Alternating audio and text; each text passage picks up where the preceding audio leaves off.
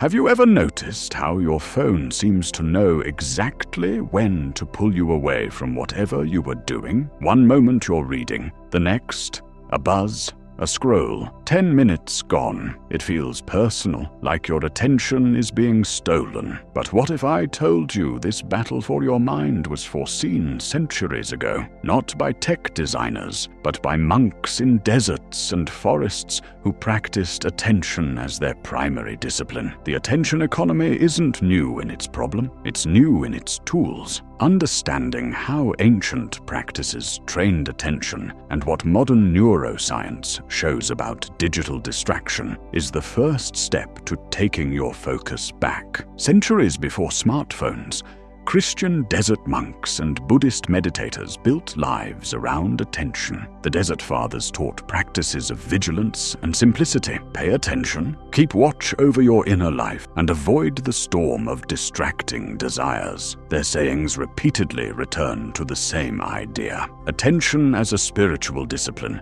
that protects the soul from being dragged by impulses. These weren't quaint rituals. They were survival techniques for an inner life under siege. On a parallel track, Buddhist teachers like Thich, Nhat, Hanh taught mindfulness as the art of coming back to the breath and the present moment. Mindfulness is literally training your mind to rest where it belongs, rather than being pulled by each passing object of sensation or thought. Thich Nhat Hanh's teachings popularized simple practices: breathe, feel, and return, and with that, reclaim a portion of your attention every day. Philosophers have also seen attention as a moral and cognitive force. Simone Weil wrote that attention is the rarest and purest form of generosity, arguing that true attention is an ethical act, giving one's whole self to the present moment. That line isn't poetic fluff, it's a map. Attention is both personal resource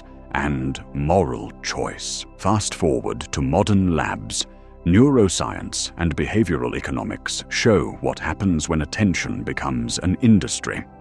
Studies of digital addiction and distraction reveal that constant, unpredictable rewards, likes, notifications, infinite feeds, hijack our reward systems and fragment our focus. Reviews of the digital addiction literature document how habitual phone and social media use can change patterns of attention and increase stress and anxiety. The architecture of apps is not neutral. It's optimized to capture and monetize seconds of your attention. Here's a clear, evidence-based example. Economists and researchers tested interventions to reduce social media use and found that temporary incentives and user-set limits had persistent effects. People formed new habits when the environment supported reduced use. In other words, attention can be trained back into healthier patterns, especially when we design our surroundings to help us. That's hopeful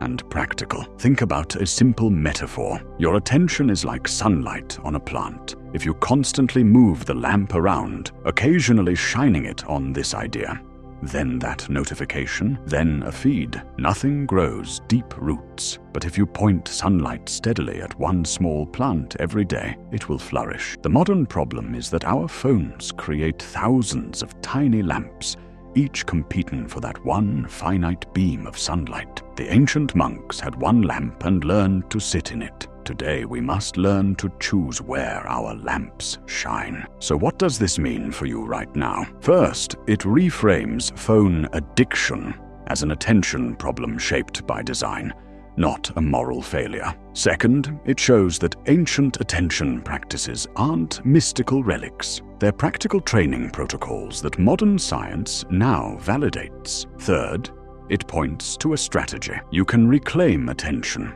by combining inner habits with outer architecture. Before we move deeper into practices, here are 3 things to hold on to. Attention is finite and precious. Attention can be trained, and the systems around you are deliberately designed to fragment it. In the next section, we'll translate ancient disciplines into modern, usable steps you can try today. Practical things that don't require renouncing technology, only choosing how and when to let it use you. When you understand that attention is both a spiritual muscle and a neurological resource, you start to see your phone differently, not just as a device, but as a competitor for your most valuable asset. Here's the next 500 words. Practical, science-backed, and ready to record. I'll keep the same reflective tone and smooth transitions. The good news is that attention is not lost forever. It's trainable, and the brain responds when you change both your habits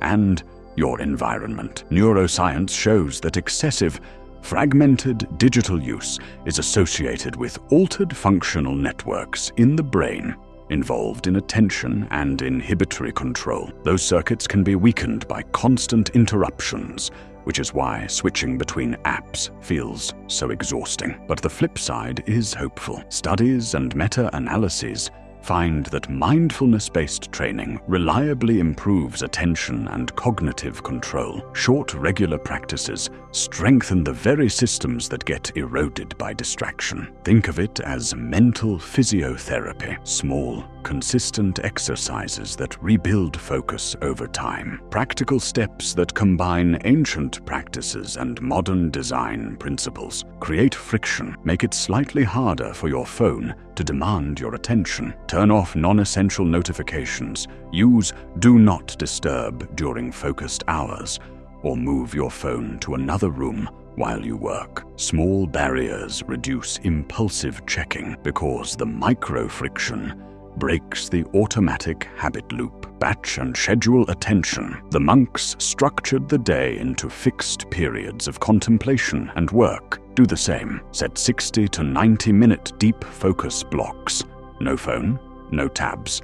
Then allow a short break. Use calendar blocks and alarms to protect those sessions. This respects attention as a renewable resource that needs replenishment, not constant taxation. Build a short daily attention ritual, 5 to 10 minutes of mindful breathing, single-tasking practice, or focused reading each morning trains your capacity to return to the present. The research shows these interventions measurably improve attention performance and reduce reactivity when done consistently. Design your surroundings. Research on social media interventions indicates that changing the environment, temporary limits, reduced cues, or user-set boundaries helps people form new, healthier habits. In other words, you don't have to rely on willpower alone.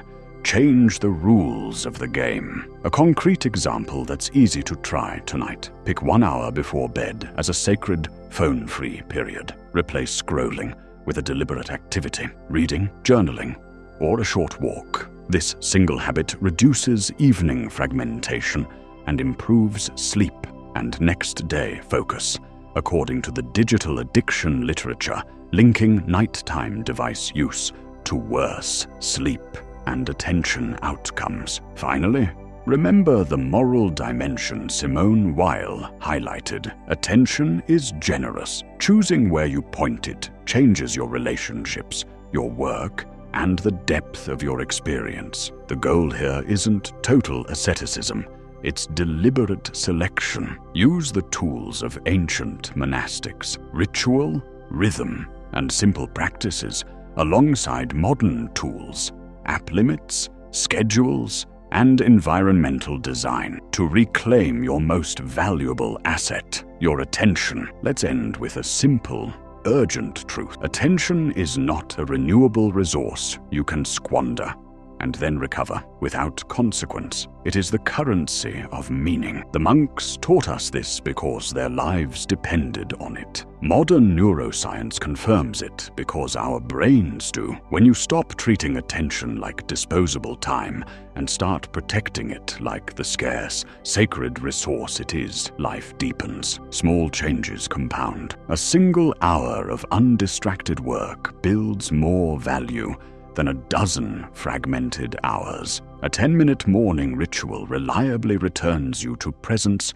more times than willpower alone.